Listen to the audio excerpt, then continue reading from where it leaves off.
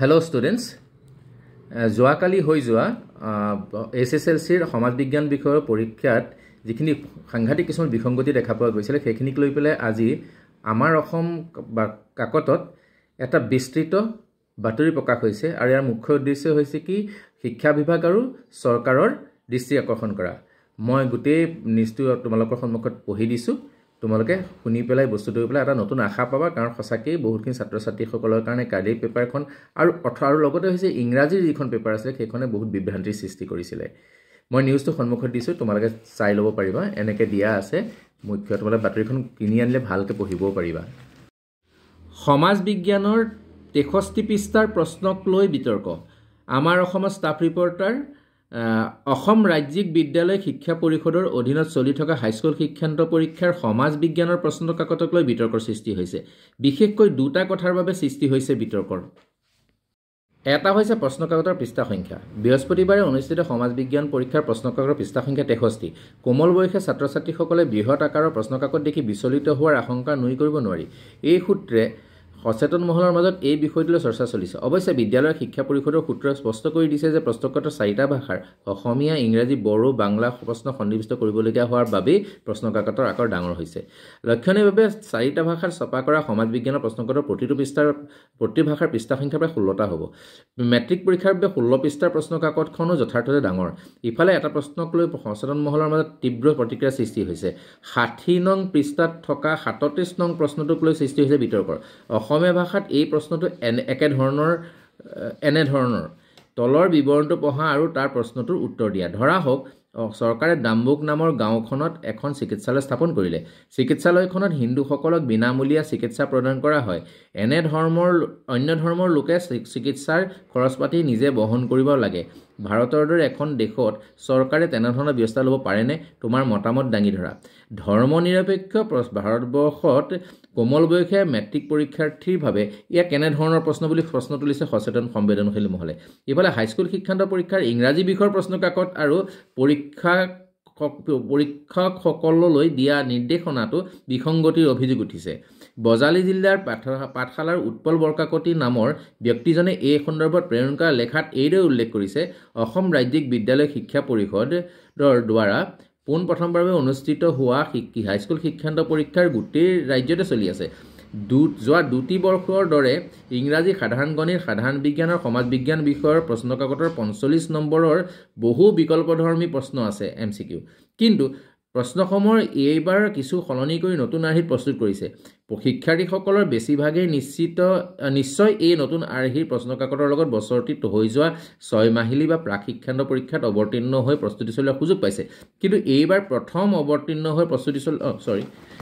এইবাৰ প্ৰথম দিনাখনেই হৈ যোৱা ইংৰাজী বিষয়ৰ প্ৰশ্নকাকতৰ কেইটামান প্ৰশ্নত বিসংগতি দেখি পৰীক্ষাৰ্থীসকলৰ কিছু বিমোৰ পৰা পৰিলক্ষিত হৈছে। উদাহৰণস্বৰূপে 57 নম্বৰ প্ৰশ্নটো হৈছে, narrate in your own words the incidents that occur in the village in after Griffin's arrival, hints the midnight visitor. এই প্ৰশ্নটিৰ হিণ্ট দ্য মিডনাইট ভিজিটৰ দিয়া আছে, কিন্তু প্ৰশ্নটি হৈছে ছাপ্লিমেণ্টাৰী ৰিডাৰখনৰ ফুটপ্ৰিণ্টছ উইদাউট ফিট নামৰ পাঠটি। এই ক্ষেত্ৰত স্বাভাৱিকতে পৰীক্ষাৰ্থীসকল বিমোৰত পৰিছে। তেনেদৰে 59 নং প্ৰশ্নটি হৈছে, you are Arshad Arfin, write a report for your local newspaper on the lack of open spaces and playgrounds in your city town, highlight the importance of such spaces for the people, pointing out the duties and responsibilities of the civic authorities in this regard. এই প্ৰশ্নটি right a report বুলি আহিছে, কিন্তু প্ৰশ্নটো আচলতে আছিল letter ৰাইটিঙৰ ওপৰত। গতিকে letter only report হোৱাৰ বাবে পৰীক্ষাৰ্থীসকলে বিবুদ্ধিত পৰাটো তেনেই স্বাভাৱিক কথা। ইয়াৰ লগতে অৰ থকা প্ৰশ্নটো হৈছে ৰিপৰ্ট ৰাইটিঙৰ ওপৰত। তদুপৰি আন এটি কথা উল্লেখনীয় যে যোৱা কেইবছৰমান ধৰি লেটাৰ ৰিপৰ্ট ৰাইটিঙত মাত্ৰ 3 নম্বৰ ধাৰ্য কৰিছে। আচলতে লেটাৰ ৰিপৰ্ট ৰাইটিঙৰ এপ্ৰপ্ৰিয়েট ফৰ্মেটটো শুদ্ধ হ'লেই 3 নম্বৰ দিব পাৰি। এই ক্ষেত্ৰত এই প্ৰশ্নটিৰ বাবে কমে 5 নম্বৰ ধাৰ্য কৰাটোহে যুক্তিসংগত হ'ব, যিটো আগৰ পৰা চলি আছিল। ঠিক তেনেদৰে এটি MCQ হৈছে ছেট চিৰ 14 নম্বৰ প্ৰশ্নটি, read the following statement with reference to a tiger in the zoo and choose the correct option. Statement 1, ferocious animals like tigers are a threat to the natural and human world. Statement 2, zoo animals become quite placid inside their cage.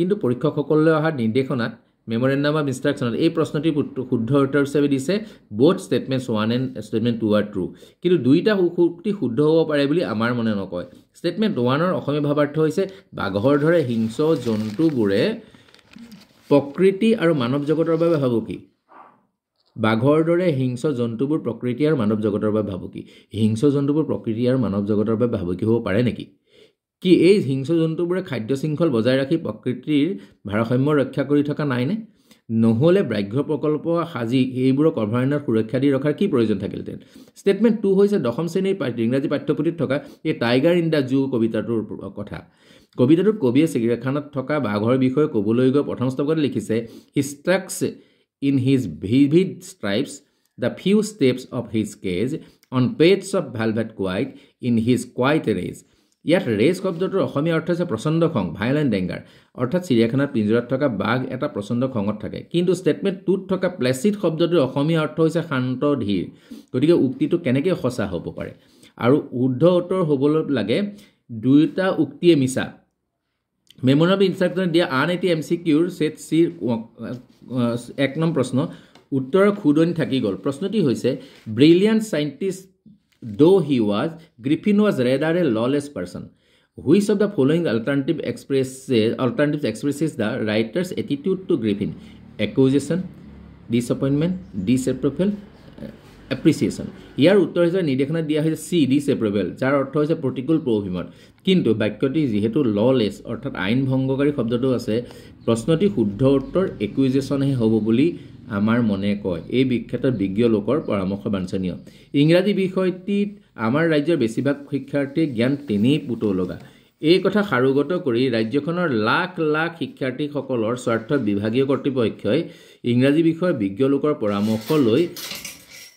পৰীক্ষকসকলে তাৎক্ষণিকভাৱে শুদ্ধ উত্তৰ কোনবোৰ হ'ব তাৰ নিৰ্দেশনা প্ৰেৰণ কৰিলে নিশ্চয় পৰীক্ষাৰ্থীসকলে প্ৰাপ্য নম্বৰৰ পৰা বঞ্চিত নহ'ব এইটো আছিল মুখ্য বাতৰি কিন্তু লগতে আমি এটা কথা মনত ৰাখিব লাগিব যে এনেকুৱা কিছুমান সাধাৰণতে খেলিমেলি লাগে ছাত্ৰ ছাত্ৰীসকল তাক লৈ পেলাই বিভ্ৰান্তিত আহিব নালাগে বা কোনো পেনিক ক্ৰিয়েট হ'ব নালাগে কিন্তু মই এইটোৱেই ক'ব খোজোঁ যে ইয়াৰ কিবা এটা শুদ্ধ হয় নিশ্চয় ডিচিশ্যন হ'ব গভৰ্ণমেণ্টৰ ফালৰ পৰা এডুকেশ্যন ডিপাৰ্টমেণ্টৰ ফালৰ পৰা কাৰণ ইয়াত ছাত্ৰ ছাত্ৰী জীৱনৰ লগত জড়িত সেইকাৰণে মই ছাত্ৰ ছাত্ৰীসকলক নিৰাশ হ'বলৈ মানা কৰোঁ আৰু হয়তো সমাজ বিজ্ঞানৰ প্ৰশ্ন কাকতখনৰ ওপৰত নিৰ্ভৰ কৰি